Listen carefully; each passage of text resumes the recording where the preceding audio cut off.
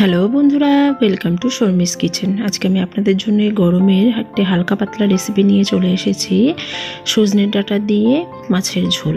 ভিডিওটি ভালো লাগলে লাইক কমেন্ট শেয়ার করবেন, চ্যানেলটি সাবস্ক্রাইব করতে ভুলবেন না, আমার ফেসবুক পেজ আর ইনস্টাগ্রাম ফলো করে দেবেন। তো চলুন দেখে নিই কীভাবে আমি তৈরি করছি সজনের ডাঁটা দিয়ে মাছের ঝোল। মাছের ঝোল তৈরি করার জন্য আমি এখানে রুই মাছ নিয়েছি। আপনারা কাতলা, রুই যে কোনো মাছ দিয়েই করতে পারেন। এখানে মাছটা আমি লবণ হলুদ দিয়ে মাখিয়ে ভেজে তুলে নিচ্ছি। আর এখানে সজনে ডাঁটার আলু কেটে রেখেছি। আমি এখানে আলুগুলো লবণ হলুদ দিয়ে একটু লাল লাল করে ভেজে নেব। মাছগুলো ভেজে তুলে রাখার পরে ওই তেলের মধ্যে আলুটা ভেজে আমি তুলে নিয়েছি। এবার আমি ওই তেলের মধ্যেই জিরে ফোড়ন দিয়ে সজনে ডাঁটা দিয়ে দিয়েছি। দিয়ে লবণ আর হলুদ দিয়ে সামান্য পরিমাণে সজনে ডাঁটা একটু ভেজে নেব লাল লাল করে।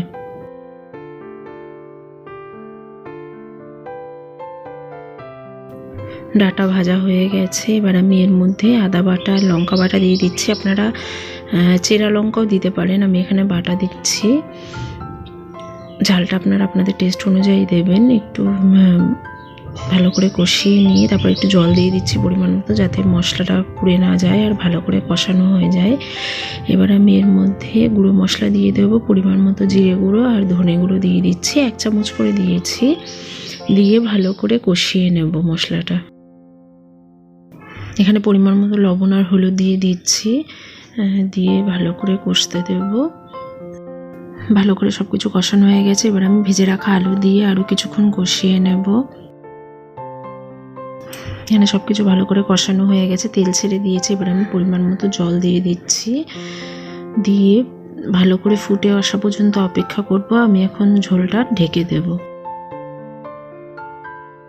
আমি ঢাকা সরিয়ে দিয়েছি, ঝোলটা ভালো করে ফুটে গেছে। এবার আমি ভেজে রাখা মাছগুলো দিয়ে দিচ্ছি, দিয়ে ভালো করে ফুটে আসা পর্যন্ত অপেক্ষা করব। আর আলুটা আর ডাঁটাটা ভালো করে সিদ্ধ হয়ে আসা পর্যন্ত অপেক্ষা করব। এখানে সব কিছু ভালো করে ফুটে গেছে। আমি লবণ টেস্ট করে সামান্য লবণ দিয়েছি। এবার উপর থেকে ভাজা মশলা দিয়ে দিচ্ছি, দিয়ে ভালো করে মিশিয়ে নিয়ে আর 2 মিনিট মতো ফুটিয়ে আমি ঝোলটা নামিয়ে নেব।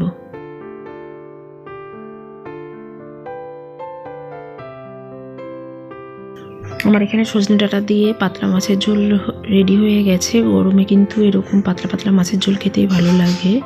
আপনারা বাড়িতে ট্রাই করে দেখতেই পারেন। ভালো লাগলে লাইক কমেন্ট শেয়ার করবেন, চ্যানেলটি সাবস্ক্রাইব করতে ভুলবেন না। আবার অন্য কোনো দিন অন্য কোনো ভিডিও নিয়ে চলে আসবো। ধন্যবাদ।